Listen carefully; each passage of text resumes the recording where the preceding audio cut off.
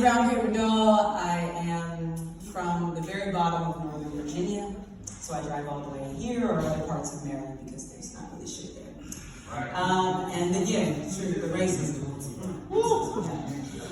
So basically, my cousin is here, my cousin Danielle. We were born the same year, a month apart, so this is literally my A1 since day one. So, I'm going to do this piece because I wrote this after a phone conversation we had. I am on IG at Brown Paper Doll Poetry. I am on the app Clubhouse. I'm under the name Brown Paper Doll, and I'm a moderator in a room called Rappers Poetry. Most of what I write and it's a great resource for poets, for anybody who doesn't know what Clubhouse is. Most of what I write is based on quotes. I'm just a quote person. I'm just a word nerd. I don't know why.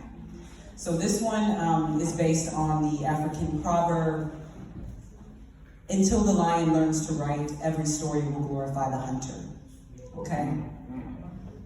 All right. When I was pregnant with my first child, I asked my grandmother, "What are we mixed with?" And the way she answered the question, I knew that nobody knows. That means I'm a descendant of the original mulattoes. And just in case you didn't know, mixed children wasn't something they chose. I don't know my history. But I'm still surrounded by plantations. Not in the figurative sense. I mean literal representations to the worship of their hatred, the nostalgia for the slave ship. Confederate flag displays that used to drive my cousin crazy. She called me today to say she just couldn't take it. I told her, wave the Pan-African flag until the HOA stuck my pause. My cousin has a son.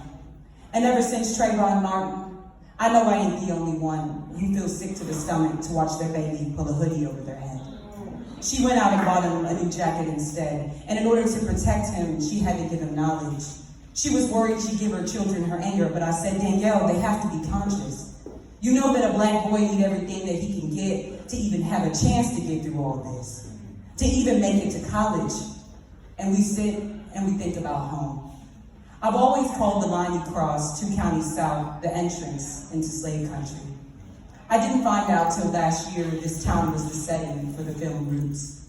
And I was affirmed by my ancestors that I was born too perceptive, too unresigned. You know, like the sign I see every time I'm on the way home? I'm sure these people see a colonial man, lasso in hand, and my mind goes, what'd that look like but a slave catcher to you? And I don't even say anything to anybody out loud, not on Jefferson Davis Highway, and that's the kicker. You learn real young not to talk about what anybody's thinking. But I grow tired of not speaking, and my daughter says, release it. Everything ain't a fight for justice, but trust us. It is. So I'll use these words I've spoken to leave this world more open, and I'm ultimately hoping to make a better world for our kids.